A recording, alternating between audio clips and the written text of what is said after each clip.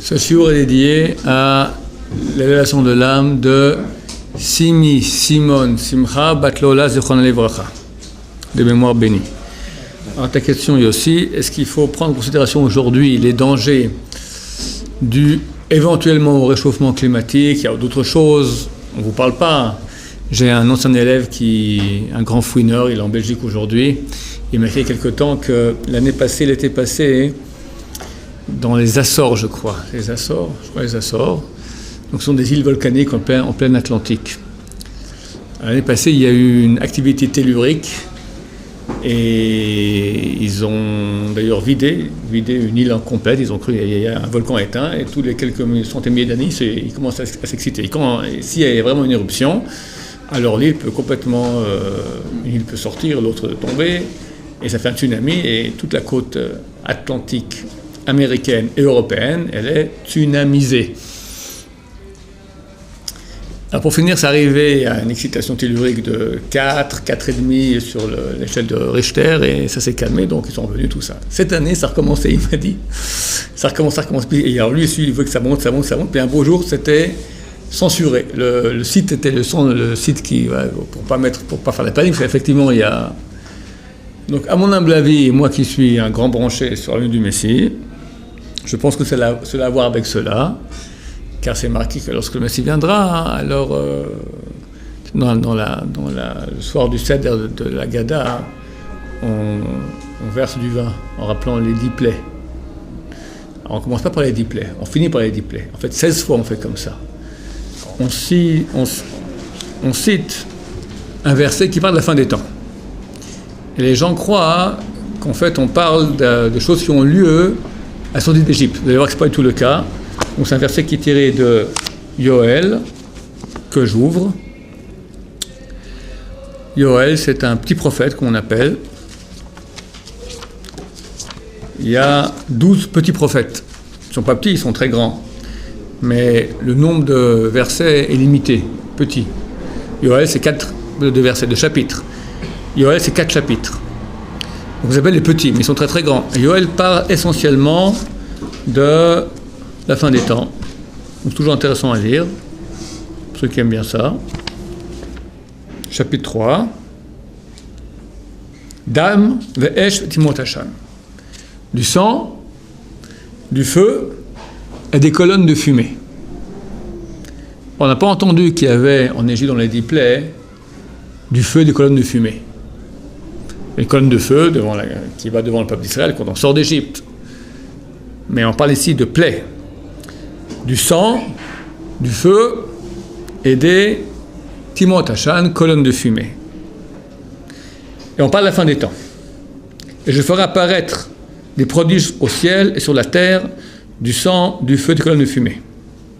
Le soleil se changera en ténèbres, la lune en sang, à l'approche du jour de l'Éternel, si grand et si redoutable. Ça va barder. C'est marqué aussi dans Gog ou Magog. Gog ou Magog va venir pour attaquer Israël, principalement Jérusalem, occuper Jérusalem. Il y a un grand tremblement de terre. Et tout s'affaisse. C'est marqué dans le prophète, tout s'affaisse, d'accord? Tout va s'affaisser. Je voulais lire aussi dedans, si déjà on est en train de lire, on va tout lire. Yecheskel, chapitre 38. Alors, Gog décide de pénétrer sur la terre d'Israël. Et il arrivera en ce jour, le jour où Gog pénétrera sur le sol d'Israël, dit le Seigneur Dieu, que ma colère me montera la tête, et dans mon ardeur, dans le feu de mon indignation, je le déclare. En vérité, ce jour-là, il y aura une commotion violente sur le sol d'Israël. Tremblement de terre. Sous mes coups trembleront les poissons de la mer, les oiseaux du ciel et tous les animaux des champs, et tous les êtres qui rampent sur le sol, et tous les hommes qui vivent à la surface de la terre. Les montagnes seront renversées, les coteaux étagés s'affaisseront, et toute muraille tombera à terre. Bon, et il se peut qu'Hachem est en train de faire maintenant la répétition générale. Tsunami, il y a 2-3 ans, il y a eu le volcan là-bas en Irlande, toute l'aviation bloquée, d'accord, tous les avions, chacun dit ouais, ça commence, je prends l'avion, je vais en Israël. Tu me fais rigoler. D'abord ici, il y aura une pluie de missiles, aucun avion ne peut passer, je ne sais pas si les pistes d'atterrissage seront praticables. Et même, je pense que dans le monde entier, enfin, on ne sait pas ce qui va se passer, mais c'est clair. D'après les textes, la nature va commencer à se réveiller pour aider Hachem dans son œuvre. son œuvre apocalyptique, je ne sais pas ce qui va se passer, qui va vivre, qui va survivre, C'est marqué. Juste après cela, il ne faut pas que je vous rate ce texte très important. Donc, et je ferai apparaître des prodiges du ciel, au ciel et sur la terre, du sang, du feu, des colonnes de fumée. Le soleil se changera en ténèbres et la lune en sang à l'approche du jour de l'Éternel, si grand, si redoutable. Alors, quiconque invoquera le nom de l'Éternel sera sauvé. C'est clair? Car sur le mont Sion et dans Jérusalem, le salut sera assuré, ainsi que l'a dit l'Éternel, comme il le sera parmi les survivants, à ceux qui lira le Seigneur. Cette fin de verset un peu obscur, le Malbim explique, dans le monde entier, que ceux qui vont appeler Hachem seront sauvés. Sur le mont Sion à Jérusalem, tout le monde sera sauvé. Ça veut dire quoi, seulement ceux qui appellent en recherche, ça veut dire quoi, concrètement? Hachem, help! Par la détresse, quelle sera notre réaction? Ça va barder. C'est sûr que tous les gens ils vont faire tchouva. Regarde. Laissons ça de côté. Donc regardons très terre à terre. On parle dans les journaux qu'une guerre va éclater. Je ne sais pas si elle va éclater. On en parle. Et si elle éclate, l'Iran prétend que... Eux, ils crient, je ne sais pas ce qu'on peut les croire, mais ils disent le monde entier va s'enflammer. Et j'imagine, les grands tzadikim d'Israël parlent d'une guerre mondiale juste après la Géoula. Vous avez entendu ce qu'a dit le Rav Frima au nom du Khatan, Jean du Rav Mendel, Zatzal, un grand de ce monde, qui a dit que dans quelques semaines, il y aura une guerre mondiale. Juste après la Géoula, ceux qui feront tchouva seront sauvés, les autres non. Est-ce qu'on va le croire 100%? J'ignore. Il peut se tromper, c'est pas un prophète. Et comme je dis toujours, il y a des chances. Il y a des chances que. Donc, qu'est-ce qu'on doit faire nous maintenant pour se préparer? Quelqu'un m'a demandé aujourd'hui, est-ce qu'on a préparé des provisions? J'ai dit non.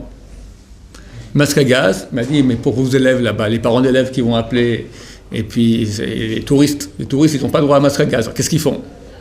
Je dis, c'est vrai, c'est un problème pour les... Bon, moi je suis prêt à donner mon masque. Moi j'en ai pas, mais je peux aller en commander un, j'y ai droit. Alors on m'a dit, non, c'est rien. Quelqu'un m'a dit, je vais parler. Il m'a dit, non, Yochanan, il a commandé son masque à gaz, il fallait attendre jusqu'au mois de décembre.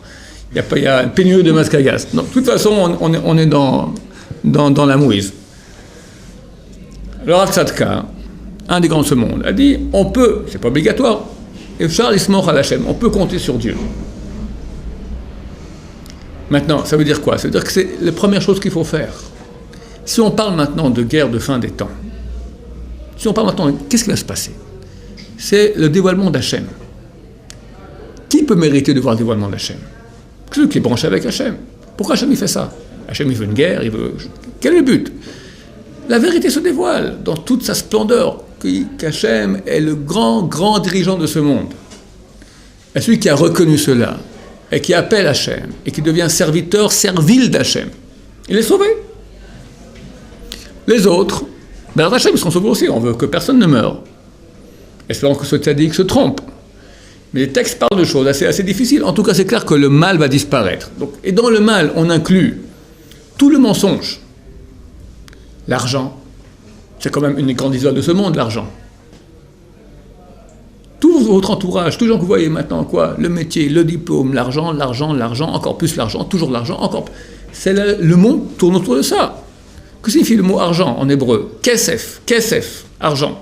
Ça vient de la racine nirsaf. Nirsaf, c'est-à-dire être tenté,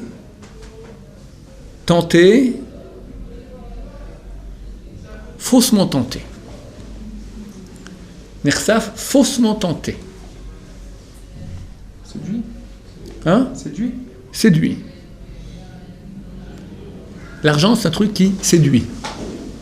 C'est rien. Ça séduit tout le monde. Beaucoup de monde. C'est un grand mensonge. Avec l'argent, la débauche, ça va ensemble. C'est presque impossible d'avoir beaucoup d'argent et pas de débaucher. Comprenez que 98% de l'humanité vit sur ces bases-là. L'argent et la débauche.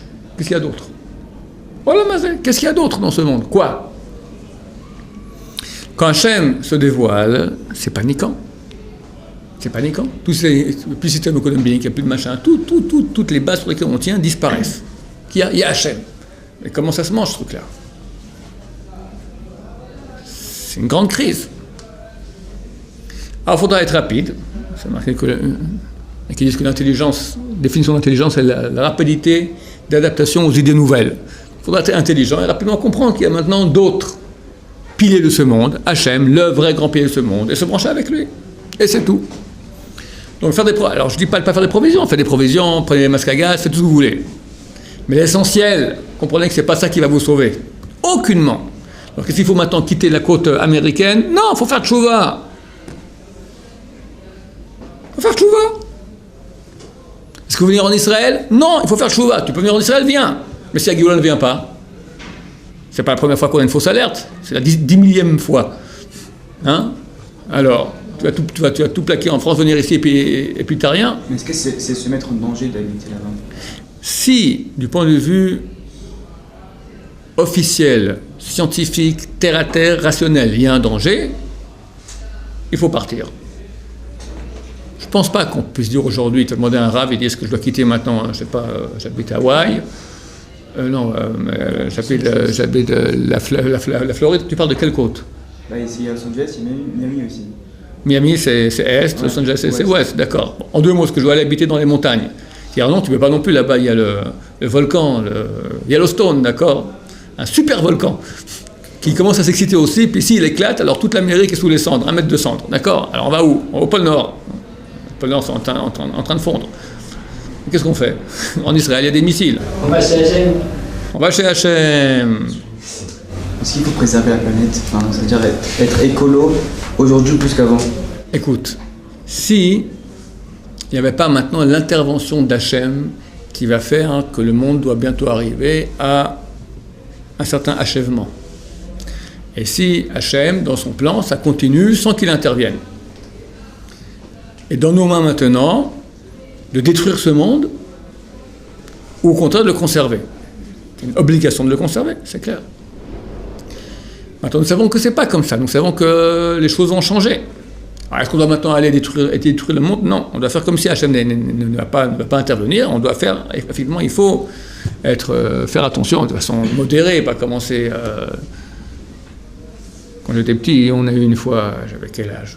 7-8 ans à l'école, conférence est venue, gauchiste, écologiste, les méfaits du savon vaisselle. D'accord? Rentrez chez vous, tous chez vous à la maison, dites à vos parents que vous ne voulez plus maintenant savon vaisselle. Je suis rentré, moi j'étais très... D'accord? J'ai fait un scandale à la maison, plus de savon vaisselle. D'accord? On a remis en place gentiment.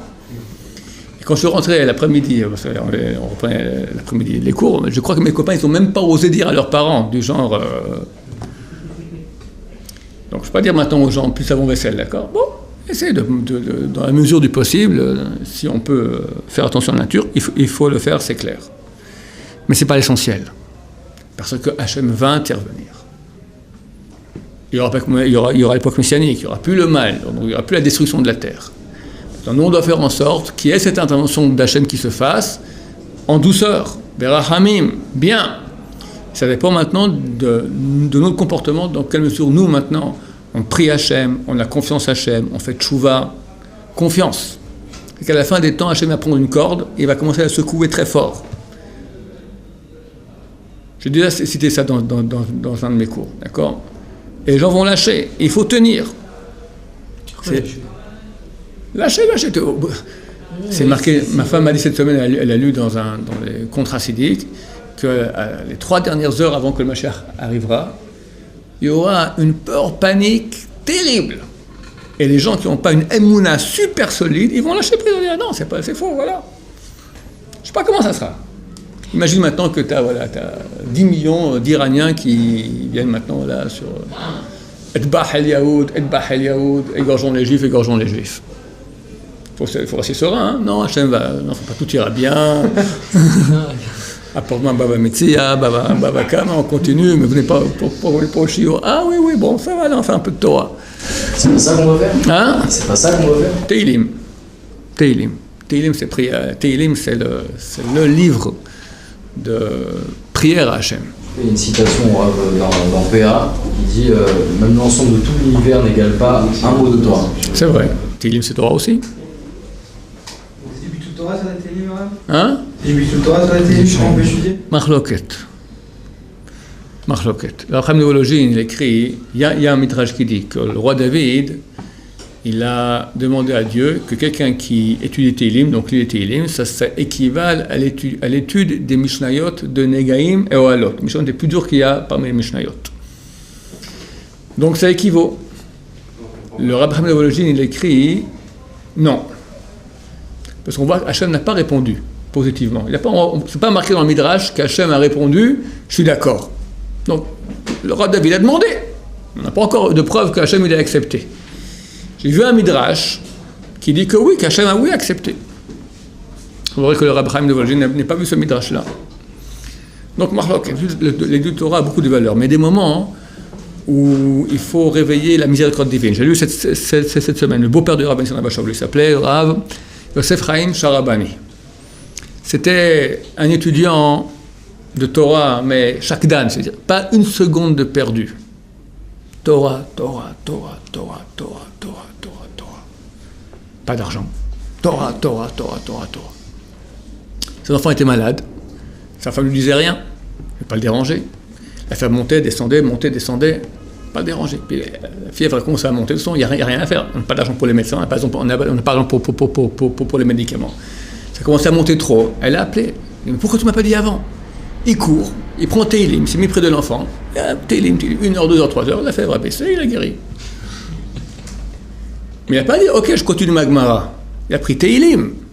Donc il y a des moments, il faut, dans les moments de pression. Une autre histoire, le Rav Ben Abba Shaul. Une fois, ils étaient tous en cours à l'échelle pour Porat Yosef. Il dit, mais ils sont où ces deux élèves-là? Ils sont partis en Tioul, promenade. Ils partent comme ça sans demander, prenez tous Tehillim. Et tout, pendant 1 heure, tout le monde fait Tehillim. Au milieu du cours de Gemara, complètement anormal. Il s'avérait qu'ils ont failli faire un accident. Au même moment où on a fait Tehillim, ils ont été sauvés et il n'y a pas eu l'accident. Donc le Rav a senti, il voyait. Il n'a pas dit, ok, maintenant on va faire ce limoud, ce tosot pour le réussir. Il a fait Tehillim. Donc on doit étudier. Et il n'y a pas un mot de Torah qui va le monde entier. C'est vrai. Mais Tehillim, c'est aussi Torah. Maintenant, la Tehillim a l'avantage que ça réveille la miséricorde divine. On fait que Tehillim. Non, on ne peut pas rester non plus un ignare qui fait que Tehillim. On doit étudier la Torah d'Hachem. Mais il y a des moments pour Tehillim aussi. Rosh Hashanah, qui est un jour de din, c'est bien de lire Tehillim. Shavuot, le don de la Torah, c'est bien de lire Tehillim. Et pourtant, c'est des jours super importants. C'est mieux de lire des Tehillim au Rosh Hashanah que d'étudier de la Gemara. D'habitude, on essaie de lire Tehillim. Il ne faut pas dormir Rosh Hashanah, si possible. Rosh Hashanah, les 2 jours, il faut essayer de ne pas dormir le jour. La nuit, on dort, mais pas le jour. Parce que tu ne veux pas dormir le jour quand tu es jugé. Si c'est dur, vraiment très dur, tu dors après Chatzot.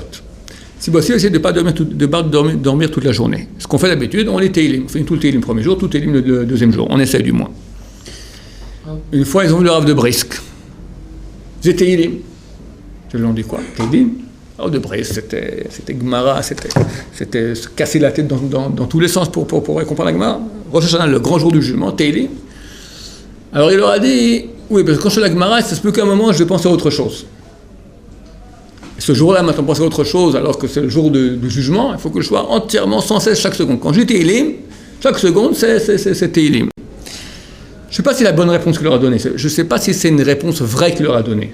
Il leur a donné une réponse comme ça pour eux. Je ne pense pas que le Rav de Brisk, il ait fait ce calcul-là. Il a fait Tehillim parce que c'est Tehillim. Et puis c'est un bien de lire Tehillim le jour de Rosh Hashanah, quoi. C'est Mouktsé Tehillim.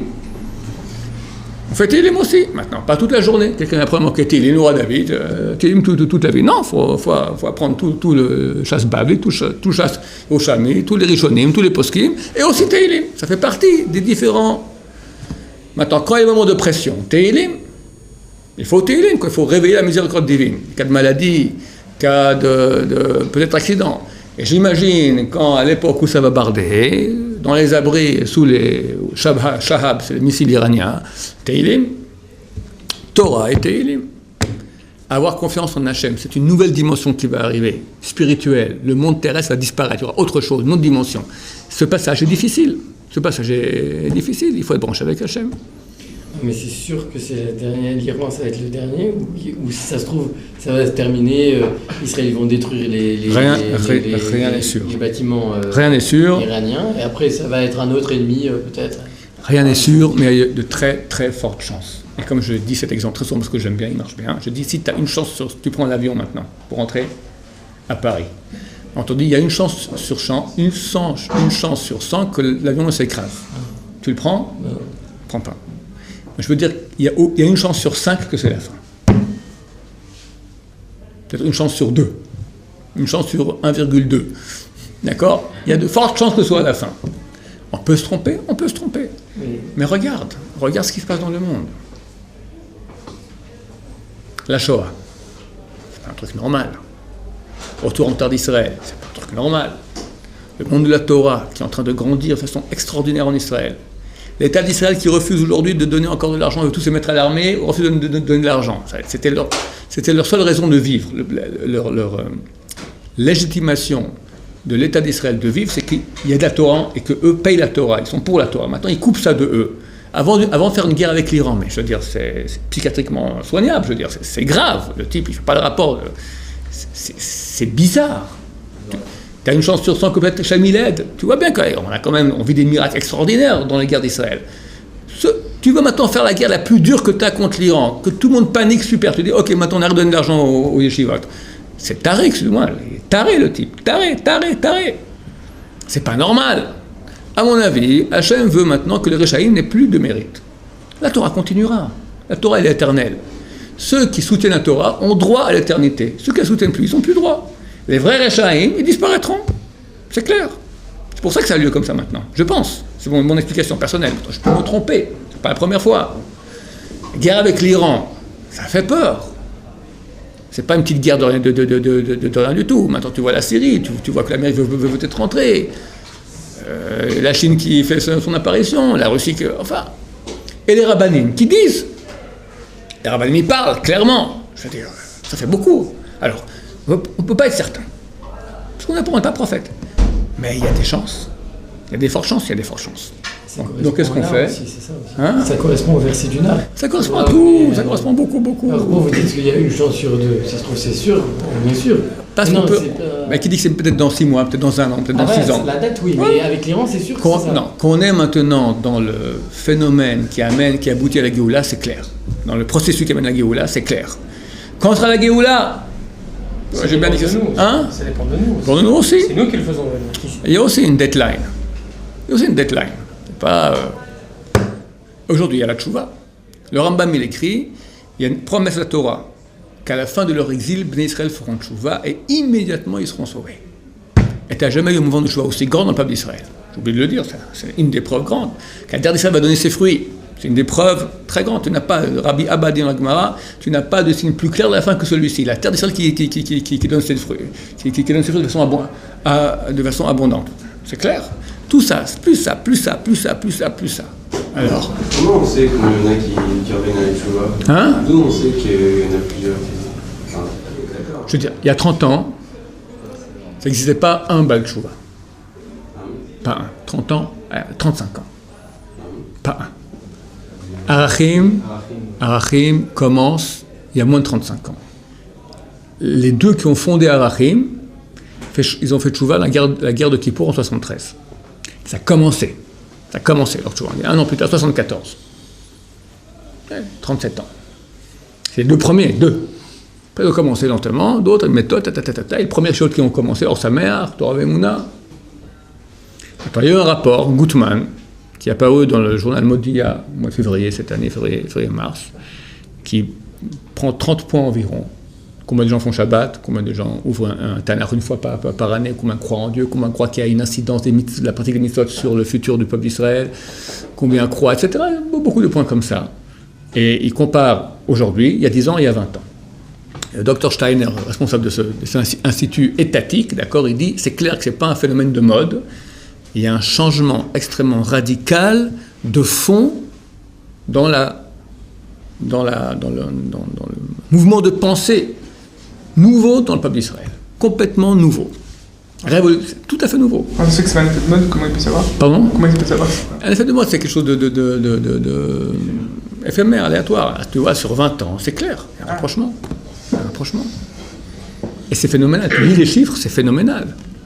Je me souviens bien, la majorité des Israéliens pensent qu'il y a une incidence de l'application des mitzvot sur le destin d'Israël. T'imagines ce que ça veut dire, ça? La majorité des Israéliens? Mais il y a 50 ans, qui croyait en quoi?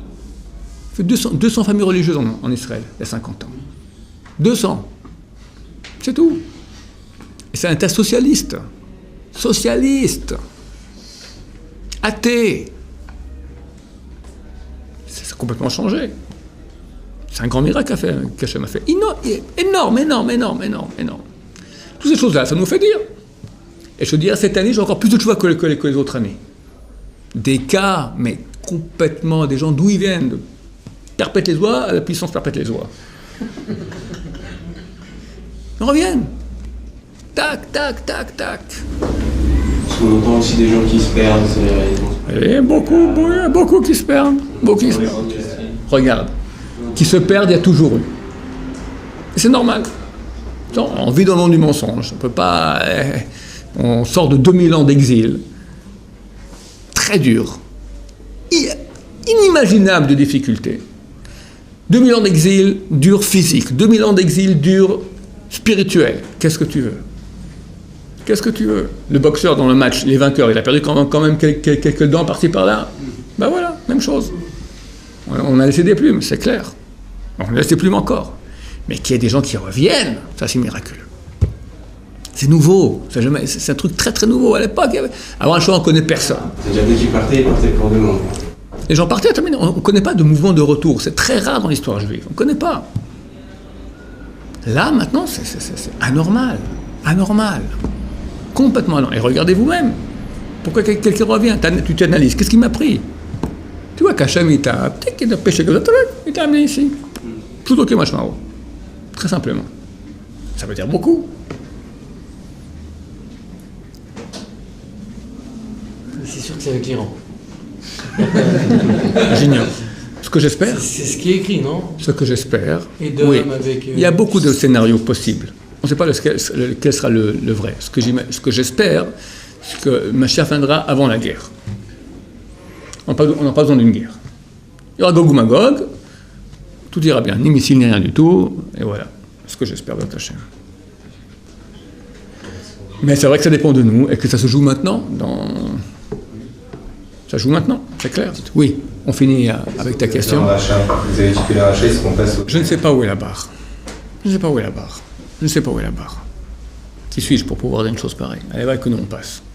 Mais les rachats, c'est une créature d'Akadosh Baruch Hu aussi, c'est des briottes. Ouais, mais si maintenant il fait le mal, il devient un véhicule du mal, et Hachem, Mashiach signifie éradiquer le mal. Oui, tchouva on peut faire. Mais il faut faire tchouva. Et aussi, ils peuvent. Tout on peut faire tchouva. Oui, bien sûr, les goïms aussi peuvent faire tchouva. Mais il faudra avoir la présence d'esprit, et ça va aller vite, et être capable de l'Hachem, le grand-père du Rabbi Yashiv. Il dit que la fléau d'obscurité qu'il y a eu en Égypte, c'est pas d'obscurité. C'est un dévoilement d'Hachem. Une lumière intense. Preuve en est, c'est marqué que pour les Égyptiens, c'était obscur, alors que pour les Juifs, il faisait lumière. On peut avoir lumière, obscurité, les deux ensemble. Il dit non. Hachem envoyé une lumière de sa propre lumière énorme, un dévoilement d'Hachem terrible. Tu mets un projecteur maintenant dans les yeux, 3000 watts. Nerf optique brûlé, on ne voit plus rien. Ça, c'est le dévoilement d'Hachem. Hachem vient. Celui qui est capable de voir un peu la lumière, il peut voir. Celui qui est incapable, c'est trop grand. Il ne supporte pas le choc. Voilà, c'est ça. Baruch Adonai, Amen.